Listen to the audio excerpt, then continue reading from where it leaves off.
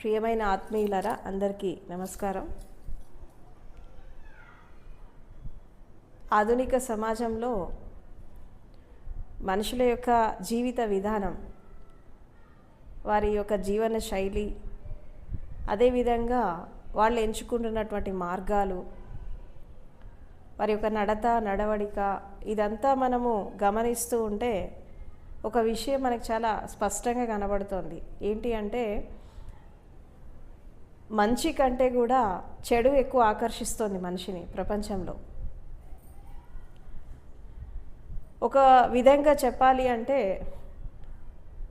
చాలామంది ఒకప్పటి నుంచి ఇప్పటి వరకు ఈ సమాజంలో ఉండేటటువంటి ఒక కాన్సెప్ట్ ఏంటి అంటే, నీతితో బతికితే, ధర్మంతో బతికితే, సత్యంతో బ్రతికితే అందరూ కష్టాల పాలైపోయారు, ఎవరు సుఖపడలేదు ప్రపంచంలో.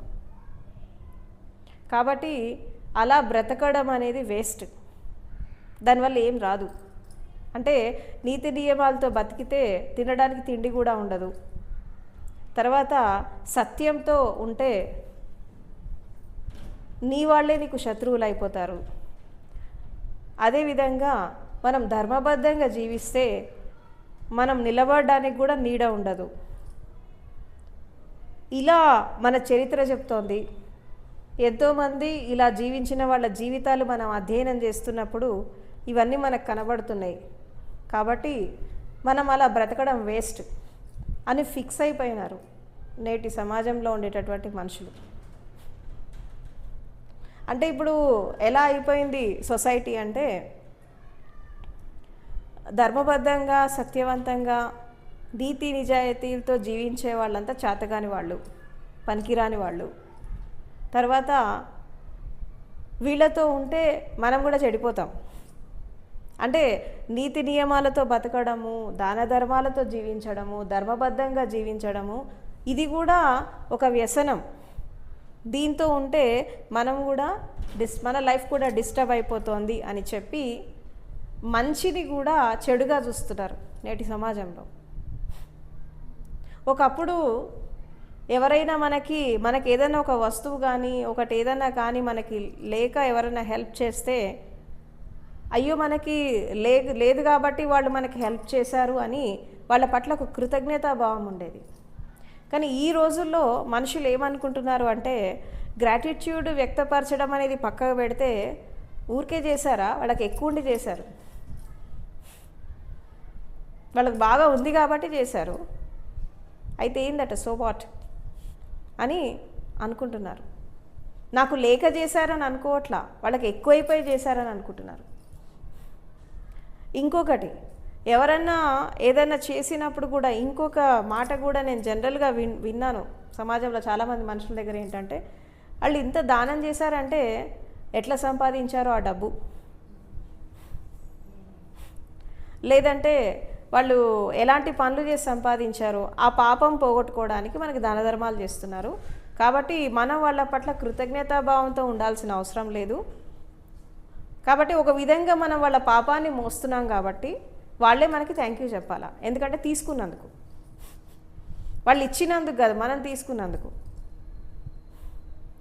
అంటే ఈ సిద్ధాంతాలు, ఈ ధర్మాలు, తర్వాత ఈ పురాతన కాలం నుంచి ఉన్నటువంటి ఈ ఆచార వ్యవహారాలు, సాంప్రదాయాలు ఒక విధంగా చెప్పాలంటే ఆధునిక సమాజంలో ఎట్లా అయిపోయినాయి అంటే వక్రీకరించబడ్డాయి. అంటే మనుషులు ఎంత మేధావులు అయిపోయారంటే మంచిలో కూడా చెడు వెతుకుతున్నారు, మంచిలో కూడా చెడు వెతుకుతున్నారు, తర్వాత ధర్మంలో కూడా అధర్మాన్ని వెతుకుతున్నారు. కానీ ఉన్నది ఉన్నట్టుగా యాక్సెప్ట్ చేసేటటువంటి మనస్తత్వం అనేది నేటి సమాజంలో మనుషులకి లేదు. ఇలా ఉండడం వల్ల ఏం జరుగుతోంది అంటే, అసత్యమే సత్యమై కూర్చుంది, అబద్ధమే నిజమైపోయింది, అధర్మమే ధర్మం అయిపోయింది.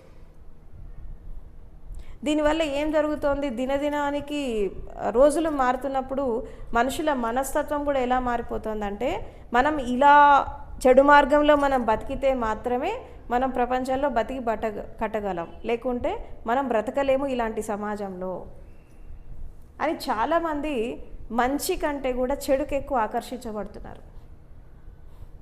ఇది ఎందుకు ఇలా జరుగుతుంది అంటే, ఇప్పుడు ఒక వ్యక్తి బాగా ప్రాచుర్యంలో ఉన్నటువంటి వ్యక్తి, బాగా వెల్ ఎడ్యుకేటెడ్, హైలీ క్వాలిఫైడ్, ప్రపంచంలో పేరు ప్రఖ్యాతలు ఉన్నటువంటి వ్యక్తి సమాజం మీద అవగాహన లేకుండా, ప్రపంచం గురించి తెలియకుండా, కేవలం సిద్ధాంతాలని పట్టుకొని, తను నమ్మినటువంటి ఒక స్థితిని పట్టుకొని, ఎలాంటి అవగాహన లేకుండా ఒక విషయం చెప్తే ఏమవుతుందంటే, ఆ వ్యక్తి ద్వారా ఏం జరుగుతుంది, మంచి కంటే చెడు ఎక్కువ ప్రచారం జరుగుతుంది.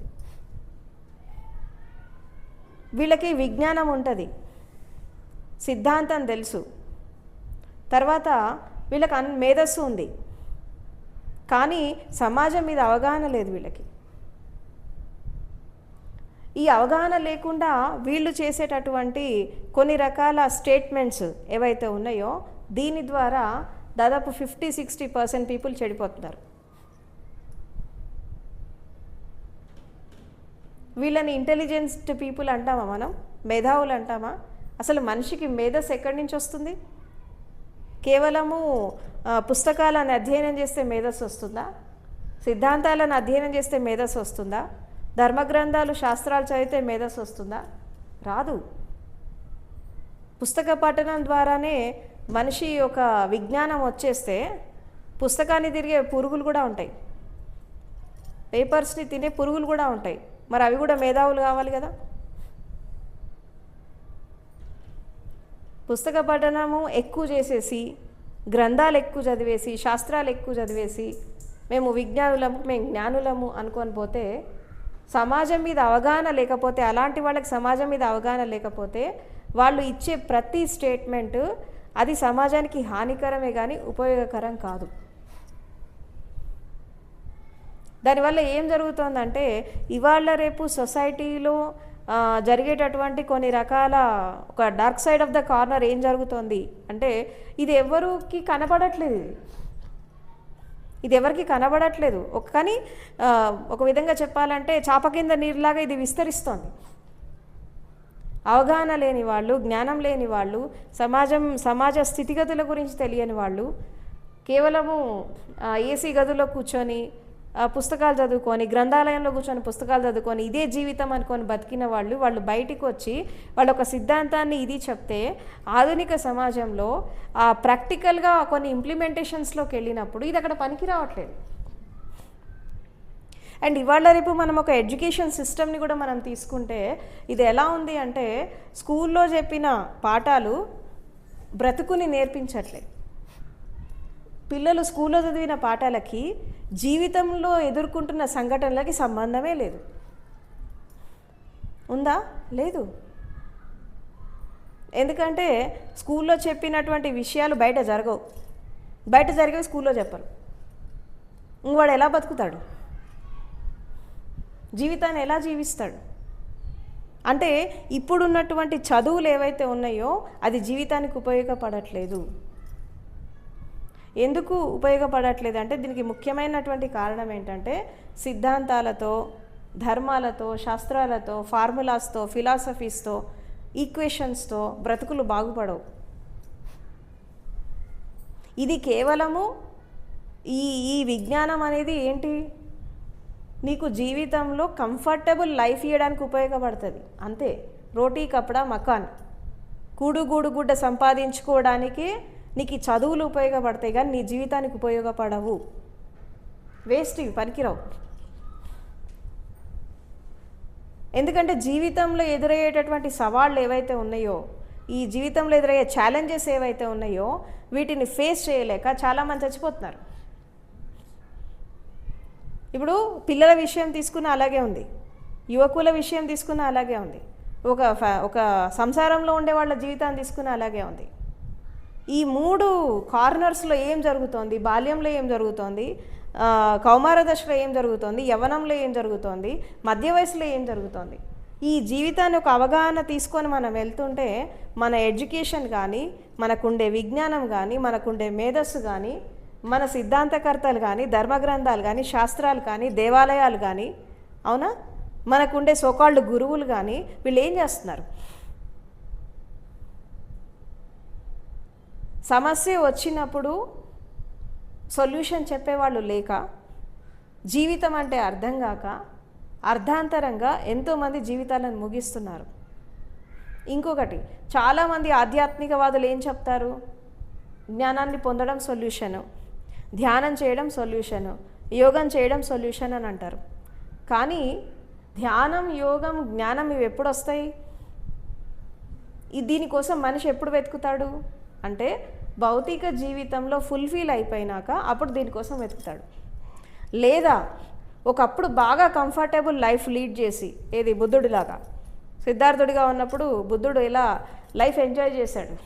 అలా ఎంజాయ్ చేసి దాని మీద ఒక వైరాగ్యం వచ్చేసి తను బుద్ధత్వాన్ని అందుకొని వచ్చినట్టు అలా అందుకున్నప్పుడు ఒక స్థితిలో జ్ఞానాన్ని అందుకుంటాడు. కానీ అందరికీ అది సాధ్యం కాదు కదా. సో ఈ సోకాల్డ్ గురువులంతా కూడా ఏం చేస్తున్నారంటే కేవలం ధ్యానం ద్వారా, యోగం ద్వారా, భక్తి ద్వారా, సరెండర్నెస్ ద్వారా ఇలా ఉండాలి, అలా ఉండాలి అని చాలా సిద్ధాంతాలు, ఫిలాసఫీస్ చాలా వరకు వచ్చేసాయి. కానీ వాటి ద్వారా ఎంతమంది మారారు? దీని ద్వారా ఏం చెప్పదలుచుకున్నారు సొసైటీకి అంటే ఇక్కడ ఒక విషయం మనకు అర్థమవుతుంది ఏంటి అంటే సిద్ధాంతాల ద్వారా, ధ్యానం ద్వారా, యోగం ద్వారా, లేదంటే భక్తి ద్వారా, రకరకాల స్థితుల ద్వారా మార్పు చెందేటటువంటి అవకాశము ఆధునిక సమాజంలో మనుషులకి లేదు. అంటే ఒక విధంగా చెప్పాలంటే ఇది కూడా ఫెయిల్ అయిపోయింది, స్పిరిచువాలిటీ కూడా ఫెయిల్ అయిపోయింది ఒక విధంగా చెప్పాలంటే. నిజంగా స్పిరిచువాలిటీకి అంత పవరే ఉంటే సమాజం ఇట్లా ఉండేది కాదుగా. ఒకప్పుడు ఆధ్యాత్మికం మీద అవగాహన ఒకప్పటికంటే కూడా ఇప్పుడు చాలా పెరిగింది.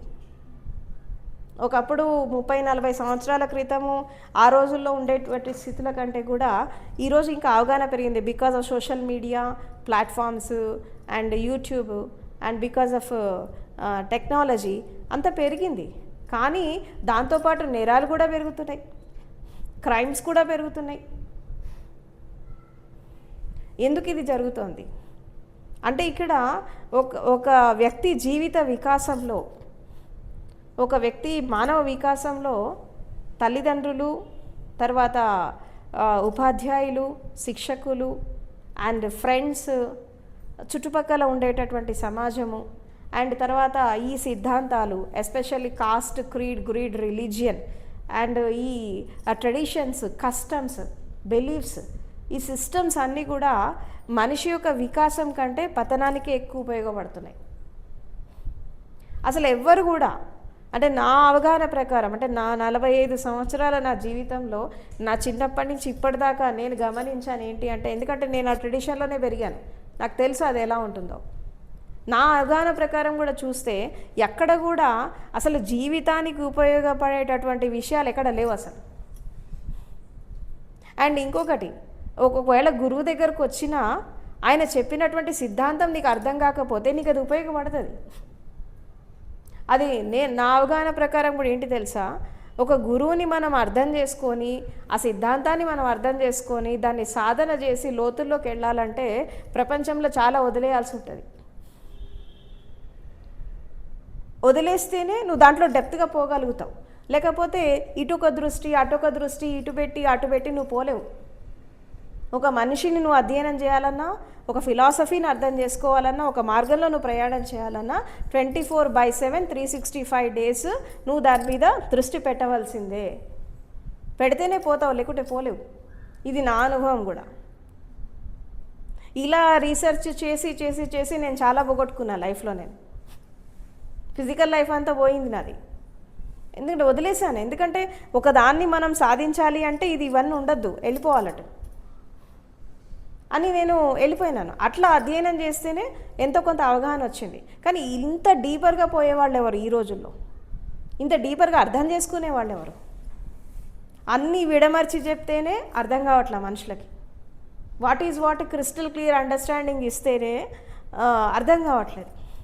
ఇంకా ఇంకా సూక్ష్మంగా, ఇంకా సెన్సిటివ్గా నేను చాలా సరళంగా, సహజంగా చెప్తా ఉంటా చాలా విషయాలు. కొంతమందికి నా మాటలు కూడా అర్థం కావు. అంటే నేను కూడా వెతుకుతున్నా, ఇంకా ఈజీగా ఇంకేమైనా మెథడ్స్ ఉన్నాయా ఇది అర్థం చేయించడానికి అని నేను కూడా ప్రతి క్షణం రీసెర్చ్ చేస్తూ ఉంటా. ఇంకేమైనా కొత్తగా మనం అవుట్పుట్ ఇవ్వగలమా అని నేను కూడా వెతుకుతూ ఉంటాను. నేను కూడా డే బై డే నా రొటీన్ లైఫ్లో కూడా. అంటే ఇక్కడ ఏం జరుగుతుంది అంటే ఈ ఆధునిక సమాజంలో ఈ ఎడ్యుకేషన్ సిస్టమ్, ఈ సామాజిక స్థితిగతులు, ఈ కుటుంబ వ్యవస్థ, తర్వాత ఈ మ్యారేజ్, ఈ రిలేషన్షిప్స్, ఇవన్నీ కూడా ఏమవుతున్నాయంటే చాలా ప్రభావితం చూపిస్తున్నాయి. ఎందుకంటే బడిలో చెప్పే పాఠాలకి జీవితంలో జరిగే పాఠాలకి అసలు సంబంధమే లేదు. సో కాబట్టి ఇక్కడ ఎందుకు ఇలా జరుగుతోంది, ఇది ఎందుకు ఇట్లా సమాజం ఎందుకు ఇట్లా అయిపోతుందంటే దీనికి ముఖ్యమైన కారణం ఏంటంటే అవగాహన లేకపోవడం. ప్రతి విషయం పైన, ప్రతి స్థితి పైన ఒక అండర్స్టాండింగ్ లేకపోవడం వల్ల ఇదంతా జరుగుతుంది. సో దీన్ని మనం చేంజ్ చేయాలి అంటే ఏం కావాలా అంటే ఇప్పుడు మనం ఫస్ట్ చెప్పుకుంటున్నట్టు ఎలాగైతే అసత్యము అనేది సత్యం ముసుగేసుకొని వచ్చిందో ప్రపంచంలోకి, ఇప్పుడు ఆ ముసుగు తీసేసే ప్రయత్నం చేయాలి. అసత్యానికి ఆ ముసుగు తీసేసి ఇది అసత్యం అని చెప్పి చూపించగలగాలి. సత్యం ఆటోమేటిక్గా బయటకు వస్తుంది. సత్యం కోసము మనం ఏం చేయాల్సిన అవసరం లేదు. సత్యం తన దారి తను వెతుక్కుంటా వస్తుంది. మనం అసత్యాలను తీసేస్తా రావాలి. అందరూ ఏమంటారు, ధర్మాన్ని ఎస్టాబ్లిష్ చేయాలా, సత్యాన్ని ఎస్టాబ్లిష్ చేయాలా, ధర్మ సంస్థాపన చేయాలి అని అంటారు. అది ఒకప్పుడు. కానీ ఆధునిక సమాజంలో ఏంటి తెలుసా, అధర్మాన్ని తీసేయాలి ఫస్ట్. ధర్మం ఆటోమేటిక్గా ఎస్టాబ్లిష్ అవుతుంది. అసత్యాలను తీసేయాల, సత్యం ఆటోమేటిక్గా ఎస్టాబ్లిష్ అవుతుంది. కాబట్టి మనుషులు ఏ అసత్యాలతోనైతే జీవిస్తున్నారో, వాళ్ళు ఎలాంటి స్థితిగతుల్లో అయితే జీవిస్తున్నారో, వాళ్ళు ఎలాంటి మార్గాల్లో అయితే వెళ్తున్నారో దాని మీద మనము అవగాహన కలిగిస్తే ఆటోమేటిక్గా వాళ్ళు మారుతారు, ఆటోమేటిక్గా చేంజ్ అయిపోతారు. కాబట్టి ఏ గురువైనా, ఏ సిద్ధాంతమైన ఏదైనా నువ్వు పాతకాలం నాడు చెప్పినట్టు నేను చెప్తాను వాళ్ళు మారుతారు అనుకోవడం తప్పు. ఎందుకంటే గురువులు కూడా అప్డేట్ కావాలా. ఎందుకంటే ఆధునిక సమాజంలో ఈ సామాజిక పోకడలకు తగ్గట్టుగా వాళ్ళు చెప్పే సిద్ధాంతాలు కూడా అప్డేట్ చేసుకోవాల్సిన అవసరం ఎంతైనా ఉంది. అంటే ఇక్కడ నా అవగాహన ప్రకారం ఏంటంటే మనము అసత్యాన్ని అసత్యంలాగా చూపించాలి. సత్యం గురించి నువ్వేం చెప్పక్కర్లేదు. ఇక్కడ బుద్ధుడి విషయం నేను ఒకటి చెప్తాను. ఏంటి అంటే బుద్ధుడి దగ్గర ఒక వ్యక్తి వచ్చేసి, నేను ఆనందం కోసం వెతుకుతున్నా, సత్యం కోసం వెతుకుతున్నా, నేను జ్ఞానం కోసం వెతుకుతున్నా, అంటే నాకు దాని మార్గం చూపించండి అని చెప్పి అడుగుతాడు. ఆయన అప్పుడు ఒక విషయం చెప్తాడు, చూడు ఆనందం కోసము నువ్వు వెతకక్కర్లే, దాని ప్లేస్లో అది స్థిరంగా ఉంది. ఫస్ట్ నువ్వు దుఃఖాన్ని పోగొట్టుకో అని అంటాడు. ఇది ఫస్ట్. తర్వాత సత్యం కోసం నువ్వు వెతకక్కర్లా, దాని ప్లేస్ దానికి ఉంది, నువ్వు అసత్యాన్ని పోగొట్టుకో. అదేవిధంగా నువ్వు ధర్మం కోసం ఏం వెతకక్కర్లే, అది ఆల్రెడీ ఉంది, నువ్వు అధర్మాన్ని పోగొట్టుకో ఫస్ట్.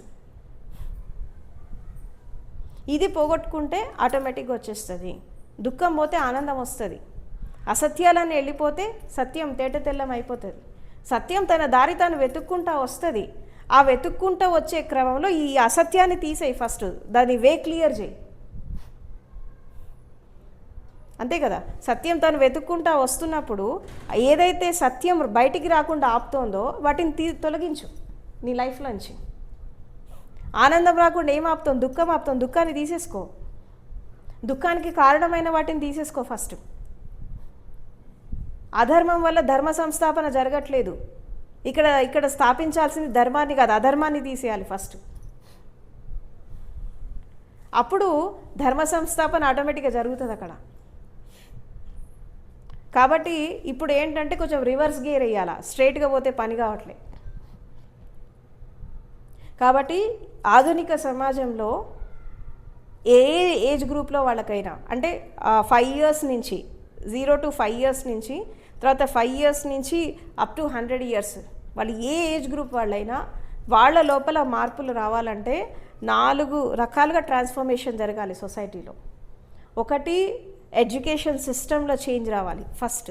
అండ్ రెండవది ఏంటి అంటే మనము ఎంచుకున్నటువంటి మార్గాన్ని దాన్ని ట్రాన్స్ఫర్మేషన్ చేసుకోవాలి. ఎలా ట్రాన్స్ఫర్మేషన్ చేసుకోవాలి అంటే మన దారిలో వస్తున్నటువంటి అసత్యాలని, మన దారిలో వస్తున్నటువంటి రకరకాల ఇబ్బందులని ఫస్ట్ తొలగించుకోవాలి.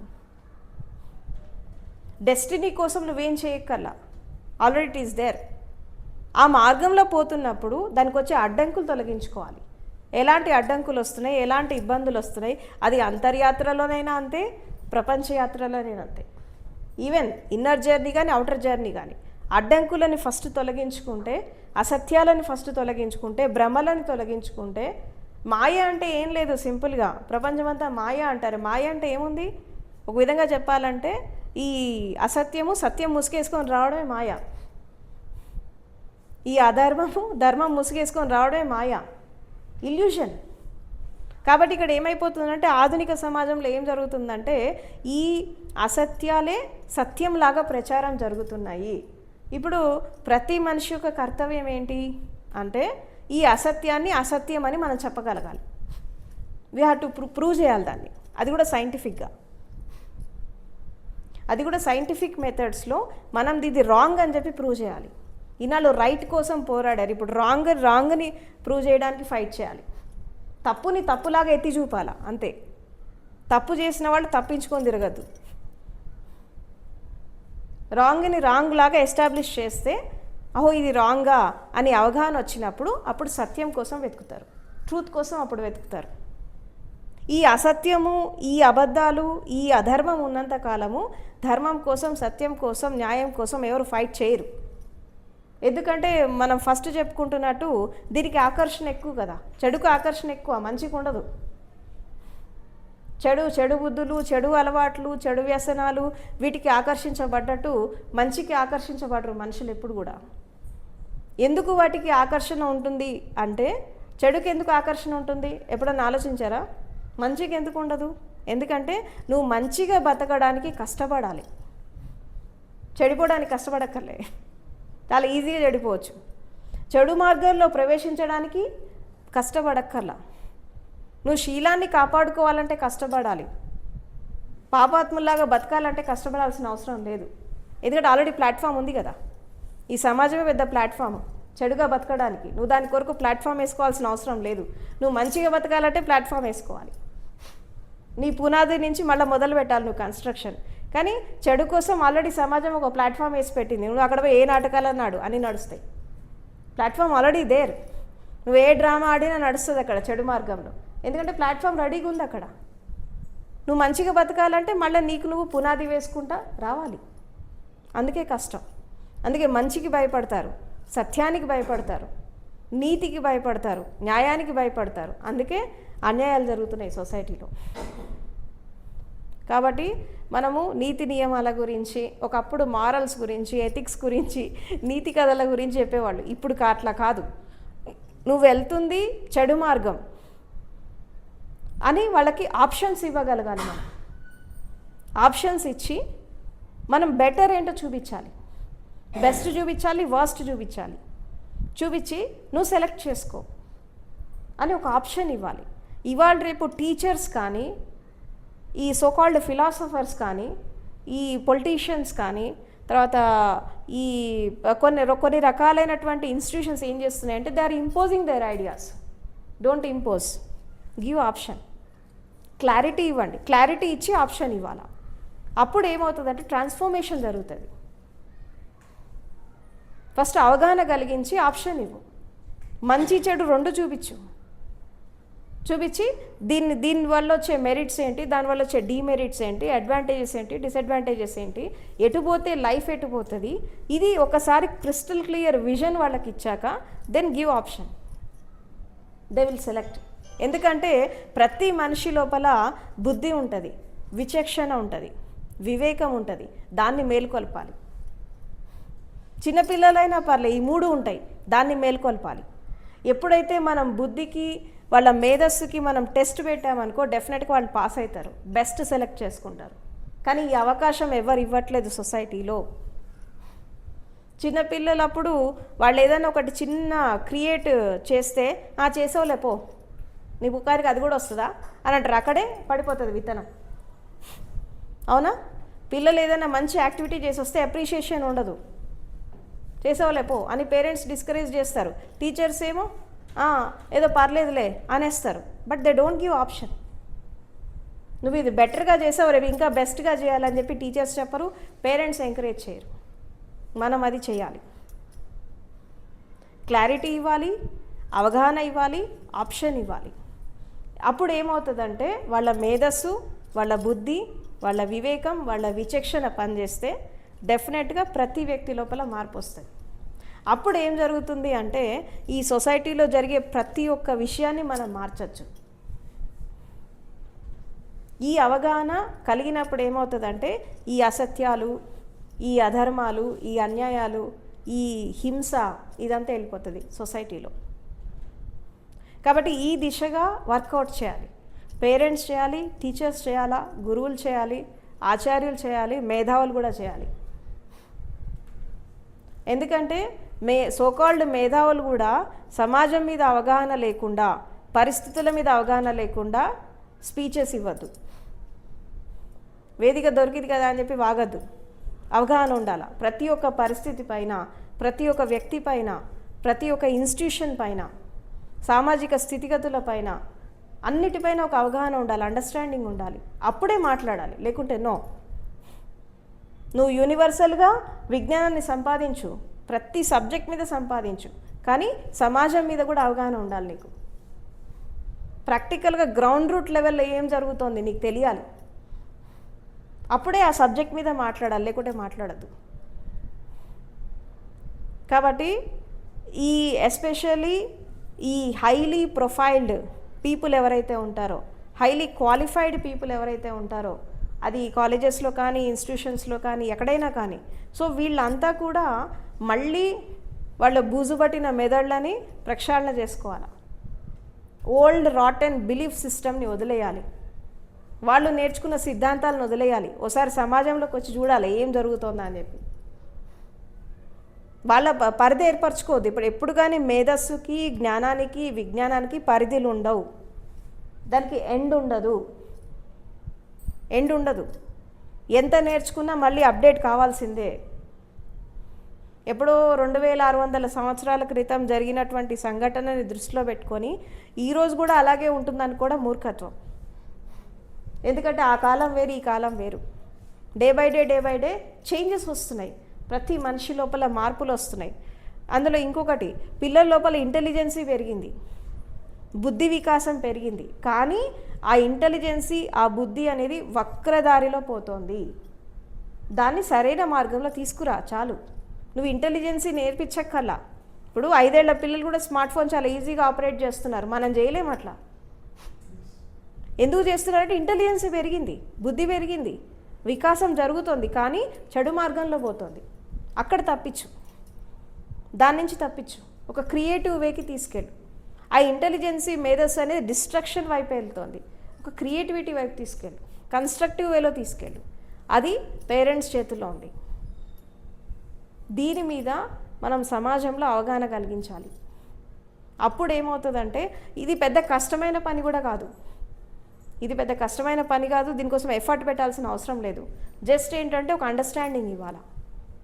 దీని మీద కొన్ని లెక్చర్స్ చేయాలి, దీని మీద కొంచెం మాట్లాడాలి, డిస్కషన్ జరగాలి, కొన్ని ఈవెంట్స్ చేయాలి. అప్పుడు ఏమవుతుందంటే ఆటోమేటిక్గా చేంజెస్ వస్తాయి. ఒక 5 yearsలో మనం దీన్ని చేంజ్ చేయొచ్చు, ఈ వ్యవస్థని. పెద్ద టైం కూడా ఏం పట్టదు. ఎందుకంటే ఈ టెక్నాలజీ కానీ, ఏఐ కానీ ఇవన్నీ డెవలప్ అయ్యాక అన్నీ కూడా చాలా ఫాస్ట్గా అయిపోతున్నాయి. ఈ పని కూడా చాలా ఫాస్ట్గా అయిపోతుంది. కానీ కొంత గ్రూప్ వర్క్ జరగాలి దీనిపైన. కాబట్టి ఆధునిక సమాజంలో ఈ అసత్యాలని, అధర్మాలని, ఈ అన్యాయాన్ని తగ్గించాలంటే ఒకే ఒక సొల్యూషన్ ఏంటంటే 3 ఆప్షన్స్. ఒకటి అండర్స్టాండింగ్, రెండవది ఏంటి అంటే ఇంటెలిజెన్సీని మనము చెడు మార్గంలో కాకుండా మంచి మార్గం వైపు మరలించడానికి వాడడం. అంటే డిస్ట్రక్షన్ వైపు కాకుండా కన్స్ట్రక్షన్ వేలో వాడాలి. అండ్ మూడవది ఏంటంటే ఆప్షన్ ఇవ్వాలి, స్వేచ్ఛ ఇవ్వాలి, పిల్లలకి ఫ్రీడమ్ ఇవ్వాలి. ఆ ఫ్రీడమ్ ఇచ్చినప్పుడు ఏమవుతుందంటే, ఫ్రీడమ్ ఇవ్వాలి కానీ ఒక దృష్టి పెట్టాలి వాళ్ళపైన. ఆ ఫ్రీడమ్ అనేది ఎటువైపు పోతుంది అబ్జర్వ్ చేయాలి. Don't involve, observe. వాళ్ళు తప్పు చేసినప్పుడు ఇది కాదు అని చెప్పగలగాలి. అక్కడ ఎలా చెప్పాలి? అక్కడ కూడా మెరిట్స్ డిమెరిట్స్ చెప్పాలా. నువ్వు సెలెక్ట్ చేసుకున్న వే ఇది కరెక్ట్ కాదు, దీంట్లో పోతే ఏం జరుగుతుంది అని భవిష్యత్తుని కళ్ళ ముందు చూపించగలగాలి. ఒక క్రియేషన్ చేసి చూపించగలగాలి. What will happen if you will go in this way. అలా చూపించగలిగితే ఆటోమేటిక్గా they will change their attitude. ఇది చాలా ఓపికతో చేయాల్సినటువంటి పని. కాబట్టి ఆధునిక సమాజంలో సత్యాన్ని గెలిపించాలన్నా, ధర్మ సంస్థాపన చేయాలన్నా, సింపుల్గా ధర్మం వెంబడి సత్యం వెంబడి పడితే ఏం రాదు. అసత్యాలను తీసేయండి ఫస్ట్. అద్దం మీద డస్ట్ పడింది, సమాజం కూడా అద్దం లాంటిదే, దాని మీద చెత్త పడింది. అద్దాన్ని పగలగొట్టద్దు, డస్ట్ తీసేయాలి, దుమ్ము దులిపేయాలి ఫస్ట్. దులిపేస్తే మన బొమ్మ మనకు చాలా క్లియర్గా కనబడుతుంది. కాబట్టి పూర్వకాలం నుంచి ఇప్పటిదాకా చాలామంది చాలా రకాల ప్రయత్నాలు చేశారు సమాజంలో మార్పు కోసం. ఇప్పుడు ఇంకా బాగా జరగాలి. వాళ్ళు చేసినటువంటి మార్పు ఇక్కడ దాకా వచ్చింది, ఇక్కడి నుంచి ఇంకా ఫాస్ట్గా చేంజెస్ రావాలి. అంటే సమాజం అనేది కూడా ఒక అద్దం లాంటిదే, దాని మీద చెత్త పడింది. సమాజం చెడ్డది కాదు, చెత్త పడింది, దాన్ని తీసేయాలి, డస్ట్ తీసేయాలి. అప్పుడు అందరి ఫేసెస్ చాలా క్లియర్గా ఉంటాయి. కాబట్టి society is just like a mirror, don't collapse it, just remove the dust. And ప్రతిదీ చాలా క్రిస్టల్ క్లియర్గా ఒక జెవెల్ లాగా మెరుస్తూ ఉంటుంది. కాబట్టి ఆధునిక సమాజంలో మనిషి లోపల పరివర్తన, సమాజం లోపల పరివర్తన రావాలి అంటే సింపుల్గా చెప్పాలంటే క్లీనింగ్ జరగాలి. ఏం జరగాలి? క్లీనింగ్. అందుకే చిన్నప్పుడు మనకి సైన్స్లో ఒక విషయం చెప్తారు, ఏంటి అంటే క్లీన్లీనెస్ ఇస్ నెక్స్ట్ గాడ్లీనెస్ అంటారు. అంటే పరిశుభ్రతే దైవత్వానికి ప్రతీక. ఎక్కడైతే పరిశుభ్రత ఉంటుందో, ఎక్కడైతే క్లీన్లీనెస్ ఉంటుందో, నీట్నెస్ ఉంటుందో, ఒక స్మార్ట్నెస్ ఉంటుందో, అదే దైవత్వానికి ప్రతిరూపం అని అంటారు. ఆ క్లీన్లీనెస్ అనేది అన్నిట్లో రావాలి, వ్యవస్థలో రావాలి, సమాజంలో రావాలి, మనిషి జీవితంలో రావాలి, మనసులో రావాలి, అన్నిట్లో రావాలి. రావాలి అంటే డస్ట్ని తీసేయడం ఒకటే మార్గం. ఆ డస్ట్ తీసేయడానికి ఆధునిక సమాజంలో చాలా స్మార్ట్గా వర్క్ చేయాలి, స్మార్ట్ వర్క్ జరగాలి. అది స్పెసిఫిక్గా, తర్వాత అథెంటిక్గా, మెజరబుల్గా, టైం బాండ్ పెట్టుకొని క్లారిటీగా చేయాలి. ఇదంతా స్మార్ట్ వర్కే. దీనికోసము మనమేం పెద్దగా బరువులు మోయక్కర్లా. స్మార్ట్ ఫోన్స్ వాడడం కాదు, స్మార్ట్గా వర్క్ చేయడం కూడా రావాలి. స్మార్ట్ అనే పదానికి అర్థం తెలుసు కదా మీకు. ఒకటి specific, S for specific, M for measurable, and A for authentic, R for realistic, and T for time bound. ఇలా వర్క్ చేస్తే స్మార్ట్గా అయిపోతుంది వర్క్. కాబట్టి ఈ అవగాహనతో సొసైటీలో మనం చాలా మార్పులు తీసుకురావచ్చు. కాబట్టి ప్రతి వాళ్ళు ఆలోచించి వాళ్ళు ఎంచుకున్నటువంటి జీవిత విధానం ఎలా ఉంది అని చెప్పి అట్లీస్ట్ డైలీ ఒక 1 hour అయినా సెల్ఫ్ చెక్ చేసుకోవాలి. అది ఏ రంగంలో ఉన్న వాళ్ళైనా కానీ. అప్పుడు ప్రతి వాళ్ళు వాళ్ళ జీవితంలో మార్పుని ఆహ్వానిస్తే ఇది జరుగుతుంది. Thank you so much.